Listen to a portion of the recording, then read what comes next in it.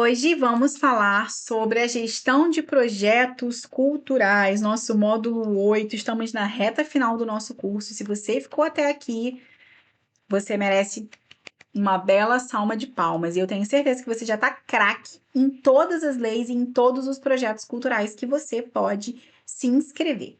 E o objetivo de hoje é a gente realmente entender quais são as etapas para planejamento e execução de projetos e gerenciamento também de projetos culturais, ok? É uma questão muito importante, é uma parte muito importante. Bom, vamos ao que interessa. Já conhecemos as principais leis e os principais mecanismos de fomento à cultura. Já falamos da Lei Aldir Blanc, Paulo Gustavo, Lei Rouanet, Lei de Incentivo ao Livro, Lei do Audiovisual. Mas antes de você receber os recursos da lei, a gente precisa entender que um projeto cultural ele precisa ser bem gerido, né? E aqui nós vamos trazer elementos para que você consiga fazer uma boa gestão cultural. Mas o que é gestão cultural? É um conjunto de práticas, técnicas e estratégias aplicadas à concepção, planejamento, organização, execução, prestação de contas e avaliação das ações culturais. Mas prestação de contas nós vamos falar especificamente no próximo módulo, tá? É algo que envolve desde um planejamento de uma proposta até a realização e entrega final desse projeto com a sua prestação de contas.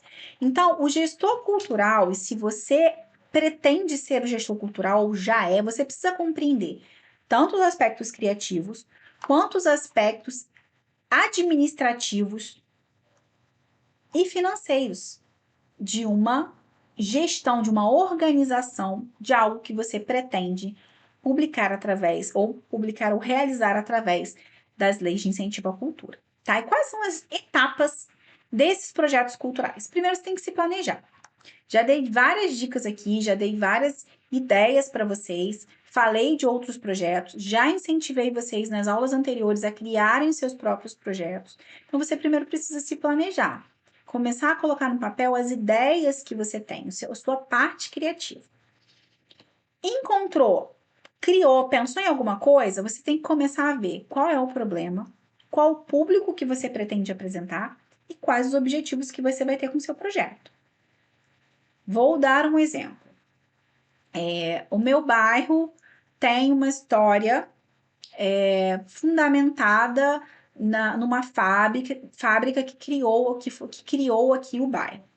E eu desejo reunir fotos e um acervo cultural, um acervo cultural desse meu distrito. Qual que é o problema? Eu não sei como fazer isso. As pessoas que têm as fotos, tá todo mundo espalhado por aí, eu não consigo ter acesso a esse acervo cultural. Qual que é o público? O público são as pessoas da localidade que querem ter suas memórias reavivadas através desse acervo fotográfico e cultural. Qual o objetivo? Reunir essas fotos, chamar as pessoas, reunir e produzir esse acervo. Estou dando um exemplo aqui bem aleatório, tá?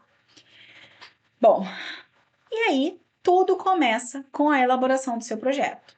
Você já tem um problema, você já fez o diagnóstico, você já tem um problema, você já tem um público, você já tem um objetivo, então você tem que elaborar o seu projeto. Como que você elabora? Justificando o que aconteceu. Olha, a minha justificativa para reunir essas fotos é que existe um clamor da sociedade em ter acesso às memórias, a saber das suas memórias, a entender as suas origens. A minha meta é conseguir entregar isso para esse povo que vai ter acesso a esse drive com toda a reunião de todo o acervo de fotos e histórico do município. Aí você cria um cronograma. Bom, primeiro eu preciso identificar quem são as pessoas que têm esse acervo. Depois eu preciso fazer contato com elas. Depois eu preciso reunir esses arquivos. Depois eu preciso digitalizar esses arquivos. Então você vai fazer um cronograma. Subir para um drive, disponibilizar num site. E você precisa fazer um orçamento. Quanto que isso vai me custar? Bom, reunir as pessoas, fazer a divulgação da reunião custa X. Eu vou precisar dar um lanche para essas pessoas virem no dia e se reunirem aqui e trazerem seus acervos. Eu vou precisar de uma, de um scanner potente que faça isso. E aí você começa a pensar no seu orçamento, tá? Eu praticamente fiz um projeto aqui com vocês, com essa narrativa aqui de 5 minutos, ok? Depois você vai ver esse projeto onde ele se enquadra. Se é na Lei Rouanet, se é na Lei do Audiovisual, se é na lei do ICMS lá do estado do Rio de Janeiro, ou de outro estado, se é na Aldir Blanc, se é na Patrimônio Histórico e Cultural. Eu acredito até que se encaixaria esse meu projeto no Patrimônio Histórico e Cultural. E aí sim você espera lançar esse edital e se inscreve. Sendo aprovado o seu projeto, você passa para a parte de execução. A execução ela compreende contratar a equipe, contratar os fornecedores dentro das regras legais, fazer a comunicação, o marketing desse projeto, fazer um acompanhamento físico e financeiro de todas as etapas desse projeto. E aí entramos na fase de monitoramento e avaliação. Você precisa monitorar os indicadores do resultado, o impacto social que isso causou e fazer uma avaliação se você precisa melhorar, se você foi bem, e criar os relatórios parciais e depois o relatório final de execução. E precisa também dar um feedback para a comunidade, para os patrocinadores, né?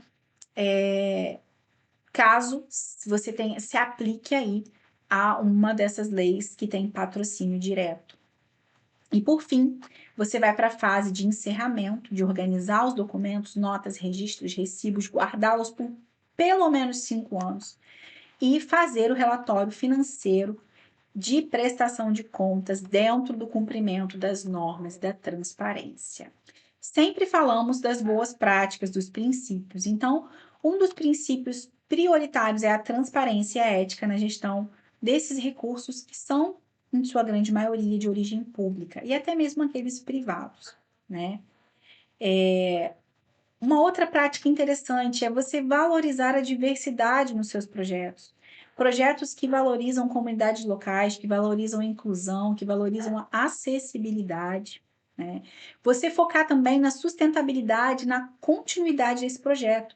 Você pensar num legado cultural, num legado social desse projeto que se perpetue a longo prazo.